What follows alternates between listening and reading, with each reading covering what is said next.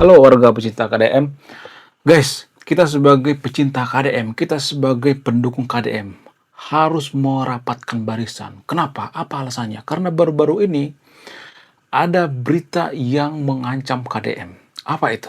Yang pertama, KTP daripada KDM beredar di internet. Wow, luar biasa. Nah, yang jadi pertanyaan, kenapa KTP daripada KDM beredar di internet? Apa alasannya? Apakah tujuannya menipu?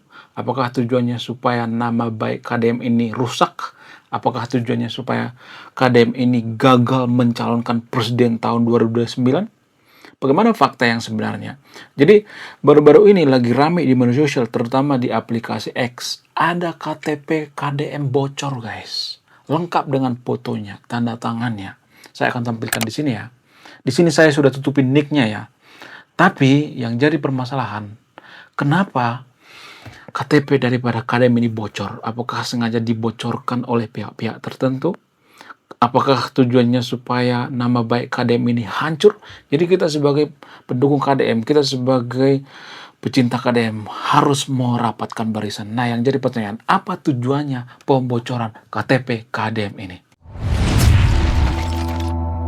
Salah satu tujuan yang paling utama kenapa KTP KDM ini dibocorkan oleh pihak-pihak tertentu ya, oleh penipu ya. Alasannya itu untuk menipu mengatasnamakan KDM. Sangat jahat sekali guys ya. Para haters-haters daripada KDM memanfaatkan KDM, memanfaatkan nama baik KDM untuk penipuan. Bagaimana modusnya? Jadi modusnya gini guys. Misalnya nih ya, orang-orang tertentu menggunakan foto KDM, menggunakan foto profil KDM, ya, menggunakan yang namanya semua yang embel-embel KDM. Ya. Lalu ya misalnya nih ya, ada yang mengatakan ya atau melakukan modus seperti misalnya, Bu, Pak, Bapak dapat hadiah dari KDM. Hah, masa sih? Iya, saya sendiri KDM gitu ya, ngaku-ngaku dari WA gitu ya. Apa buktinya? Lalu dikirimlah KTP gitu ya. Nah, ketika misalnya nih ada seseorang yang dapat hadiah misalnya atau dapat uang tunai misalnya 10 juta, 20 juta ya. Maka biasanya modusnya apa? Modusnya akan disuruh mentransfer uang administrasi. Ya mirip-mirip seperti penipuan yang ada di internet ya, yang ada di HP biasanya. Ya seperti itu ya. Biasanya penipu ini akan menyuruh dikirim administrasi untuk pengambilan uang gitu, ADM-nya. Misalnya 500.000, ada yang 1 juta dan lain sebagainya. Nah, kalau orang yang tidak sadar ya, kalau orang yang tidak pinter, yang tidak cerdas, maka akan tertipu ya. Hanya dengan apa? Hanya dengan menggunakan embel-embel KDM. Apalagi sudah cinta dengan KDM, apalagi sudah suka dengan KDM, maka biasanya orang-orang akan mudah ditipu. Karena apa? Karena dia tidak berpikir kritis. Dia tidak mempertanyakan, benarkah ini dari KDM? Apakah ini bohong atau tidak? Padahal itu bohong. KDM tidak pernah yang namanya memberikan hadiah secara cuma-cuma tanpa pemberitahuan ya. Tidak pernah ya. Nggak pernah memberikan hadiah melampirkan KTP. Jadi ini penipuan guys ya. Jadi kita sebagai pendukung KDM kita harus bersatu. Kenapa harus bersatu? Kita harus menjaga marwah atau nama baik KDM. Supaya apa? Supaya KDM nanti bisa menjadi calon presiden tahun 2009 ya. Jadi kalau saya perhatikan itu kan, mohon maaf ya, banyak orang yang kepanasan, banyak orang yang ketakutan kalau Kang Deddy Mulyadi calon presiden tahun 2029. Kenapa? Apa alasannya? Yang paling takut itu para penipu ya. Jadi kalau Kang Deddy Mulyadi jadi presiden, maka penipu-penipu yang ada di Indonesia maka akan dibumi hanguskan ya, akan disikat. Kenapa? Karena melalui peraturan. Kang Deddy Mulyadi itu kan orang yang sangat cerdas ya, orang yang sangat tegas. Jadi dia akan bikin peraturan seperti yang ada di Jawa Barat. Di Jawa Barat kan kalau kita perhatikan sekarang ini sudah mulai berkurang ya penipu ya. Kemudian begal sudah berkurang ya. Kemudian para investor-investor sudah mulai berdatangan ya. Karena apa? Karena aman. Jawa Barat sekarang aman ya. Kemudian tukang tipu ya, kemudian tukang parkir liar sudah berkurang dan lain sebagainya. Jadi KDM itu berpengaruh ya. KDM efek namanya. KDM efek ini sangat luar biasa. Jadi itulah alasannya kenapa Kang Deddy Mulyadi ini sangat-sangat dijegal untuk menjadi presiden. Sehingga apa? Sehingga nama baiknya itu dirusak ya, dirusak oleh oknum-oknum tertentu ya. Ini sangat jahat sekali ya. Menurut kalian gimana? Apakah Kang Deddy Mulyadi cocok jadi presiden atau tidak? Menurut saya pribadi sangat cocok ya. Kalau Kang Deddy Mulyadi misalnya jadi presiden, maka Jawa Barat ini juga tidak lepas daripada tanggung jawab presiden. Karena kalau KDM presiden, ya dia juga memperhatikan Jawa Barat ya. Cuman kalau dia presiden itu akan lebih mudah ya, karena peraturan daripada daerah, peraturan Jawa Barat itu biasanya bertentangan dengan peraturan pusat. Sehingga apa? Sehingga akan sinkron ya. Banyak tuh orang Jawa Barat mengatakan, jangan dulu lah, jangan presiden, KDM jangan presiden dulu ya, tunggu 2 periode dulu ya. Menurut saya ini sangat keliru ya, karena apa? Karena kalau KDM itu presiden, maka dia juga akan memperhatikan Jawa Barat. Maka dia akan memberikan kepercayaan pada bawahannya di Jawa Barat ya. Misalnya nih ada teman-teman dekat dari belakang Deddy Mulyadi seperti Om Jen misalnya, Purwanto dan lain sebagainya ya.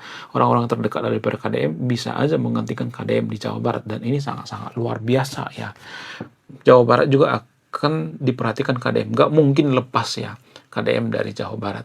Jadi bagi teman-teman yang nonton video nih, kalau misalnya Anda warga Jawa Barat, nggak apa-apa, relakan aja KDM jadi presiden. Supaya apa? Supaya semua Indonesia menikmati yang namanya kepemimpinan daripada KDM. Kemudian selain itu, selain Pak KDM, ternyata ada juga orang yang menggunakan penipuan atas nama eh, seperti artis-artis misalnya seperti Baim Wong. Baim Wong tuh ya sangat sering sekali ya.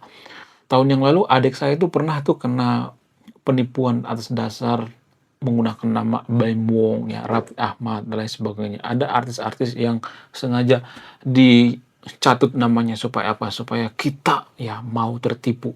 Bahkan saya sendiri ya kalau boleh jujur ya, saya pernah tuh ditipu ya. Dulu di waktu zaman dulu menggunakan HP Nokia ya, zaman dulu banget itu ya. Saya ditelepon tuh sama penipu ya. Anda berhasil mendapatkan hadiah 500 juta. Lalu saya tuh terkejut ya, nggak pernah tuh ya ditelepon sama penipu ya. Baru kali itu ya ditelepon sama penipu. Lalu saya diarahkan ke ATM untuk bayar apa? Untuk membayar yang namanya administrasi. Kacau emangnya. Penipuan zaman sekarang emang kacau balau guys ya. Sama seperti halnya dengan KDM ini ya. Jadi kalau misalnya ada yang mengatasnamakan KDM memberikan hadiah, jangan percaya guys ya. Jangan percaya. Kang Deddy Mulyadi itu kalau memberikan hadiah atau memberikan yang namanya duit itu pasti memberikan informasi di media sosial. Kemudian ya dia menggunakan akun resminya misalnya nih ya TikTok, akun resmi KDM ya, kemudian Instagramnya misalnya, kemudian menggunakan akun-akun lainnya. Nggak pernah tuh ya menggunakan nomor WA, tapi nomor WA itu nomor baru gitu. Nggak. Nomor WA KDM itu kan diprivasi, nggak semua orang mengakses nomor WA daripada KDM. Karena apa? Karena seorang gubernur kan pasti dilindungi ya. Biasanya dia menggunakan nomor yang sangat-sangat privasi ya, tidak sembarangan ya. Jadi ini resmi penipuan, jangan ada yang mau tertipu ya. Kita sebagai pendukung KDM itu harus menjaga marwah atau menjaga nama baik daripada KDM. Kalau nama baiknya dirusak ya, maka KDM akan dibunuh karakternya oleh para haters-hatersnya. Kalau saya perhatikan sekarang ini banyak banget haters daripada Kang Deddy Mulyadi bermunculan entah dari mana. Saya juga nggak tahu ya. Kemungkinan dugaan saya karena apa? Karena lawan politiknya takut ya menghadapi KDM kalau nanti dia jadi presiden. Karena berdasarkan survei terbaru hari-hari ini ya, kalau saya perhatikan tuh ya, baru-baru ini ada survei yang mengatakan ternyata yang paling tinggi ya elektabilitas daripada pemimpin di Indonesia itu adalah KDM ya, yang paling cocok jadi wapres itu KDM. Sangat-sangat luar biasa sekali. Menurut kalian gimana? Apakah Kang Deddy Mulyadi ini cocok jadi wapres Pak Prabowo? Apakah Pak Prabowo akan mempertahankan Gibran sebagai wakil presiden daripada Pak Prabowo? Jadi kemarin lalu saya nanya seputar pencalonan Kang Deddy Mulyadi tahun 2029 ya, calon presiden. Saya nanya sama ChatGPT iseng-iseng ya. Nanti cek di video saya sebelumnya ya. Saya nanya iseng-iseng. Ternyata jawabannya bikin saya terkejut guys. Bikin saya sangat terkejut. Wow, ternyata Kang Deddy Mulyadi itu sudah dikenali oleh ChatGPT dan dikasih alasannya gitu ya. Wow, luar biasa.